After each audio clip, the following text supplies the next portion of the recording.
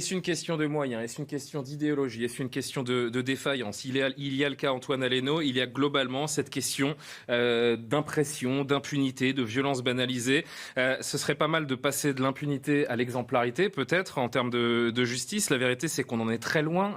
Maître Sauveur, d'ailleurs, vous êtes là ce soir également parce que vous avez un exemple très concret. Ces derniers jours, vous avez défendu des militants d'Éric Zemmour. Ça s'est passé au mois de mars dernier.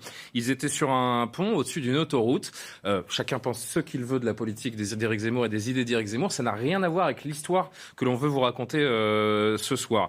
Ils sont en train de mettre des banderoles au-dessus de l'autoroute. Il y a des individus, et vous me dites évidemment, vous m'arrêtez tout de suite si je me trompe, des individus d'ultra-gauche qui passent en voiture et qui les voient. Ces gens-là se disent « Je déteste Éric Zemmour, je veux empêcher ces militants de poser leur banderole ».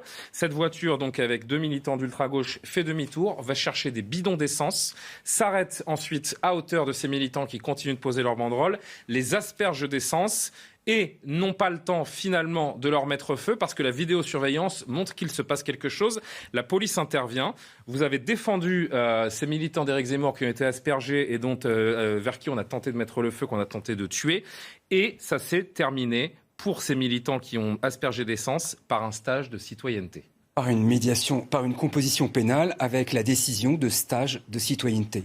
Il s'agit à tout le moins de violence volontaire. C'est la qualification pénale qui est retenue par le parquet.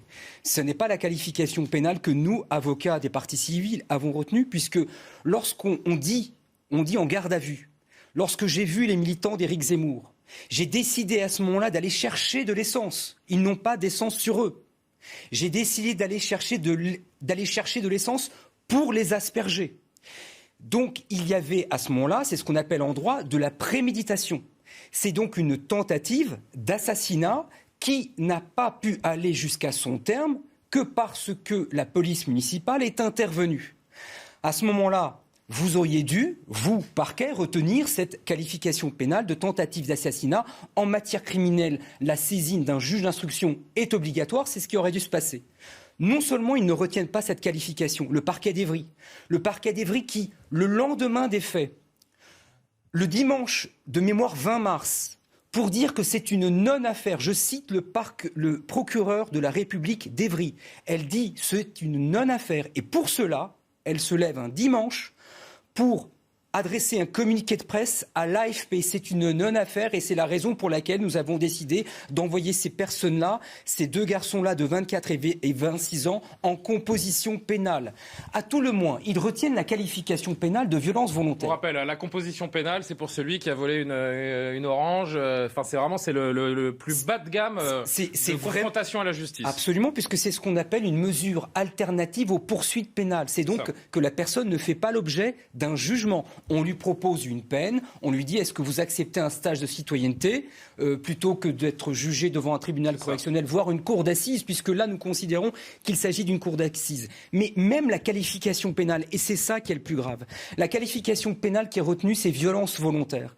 Il se trouve qu'il y a 4 circonstances aggravantes qui font que les violences volontaires sans ITT, elles sont passibles d'une peine d'emprisonnement de 3 ans, avec les 4 circonstances aggravantes qui existent.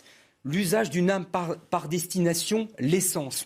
Le fait que, je rappelle quand même que parmi les 8 victimes, il y en a 3 mineurs, âgés de 11 à 16 ans. C'est une circonstance aggravante supplémentaire. Le fait que les personnes agissent en réunion puisqu'ils sont plusieurs. Et toutes ces circonstances aggravantes font que la peine encourue par le code pénal, c'est 7 ans d'emprisonnement. Qu'est-ce que ça veut dire ? Ça veut dire qu'en matière de médiation pénale, c'est tout simplement impossible. On ne peut pas, pour une telle peine, avec une telle peine encourue, proposer une composition pénale. Nous nous sommes rendus devant la juridiction d'Évry, nous avons fait valoir cela. Ce qui s'est passé, c'est que devant le délégué du procureur nous a clairement dit qu'il y avait des instructions de la chancellerie pour que ce dossier donc du ministère de la Justice. C'est la parole d'un délégué du procureur. C'est important et grave ce que vous dites. C'est important et grave. Et si ça n'était pas grave, et si ça n'était pas rapporté non seulement par tous les confrères qui étaient présents devant le délégué du procureur, si les confrères, face à cette situation ubuesque, n'avaient pas fait appel au bâtonnier d'Évry, qui a également assisté à cette parole, à savoir Ça vient d'en haut, dit à ce moment-là le délégué du procureur, parce qu'il a eu une instruction claire du procureur d'Évry, qui lui-même avait une instruction du procureur général de Paris.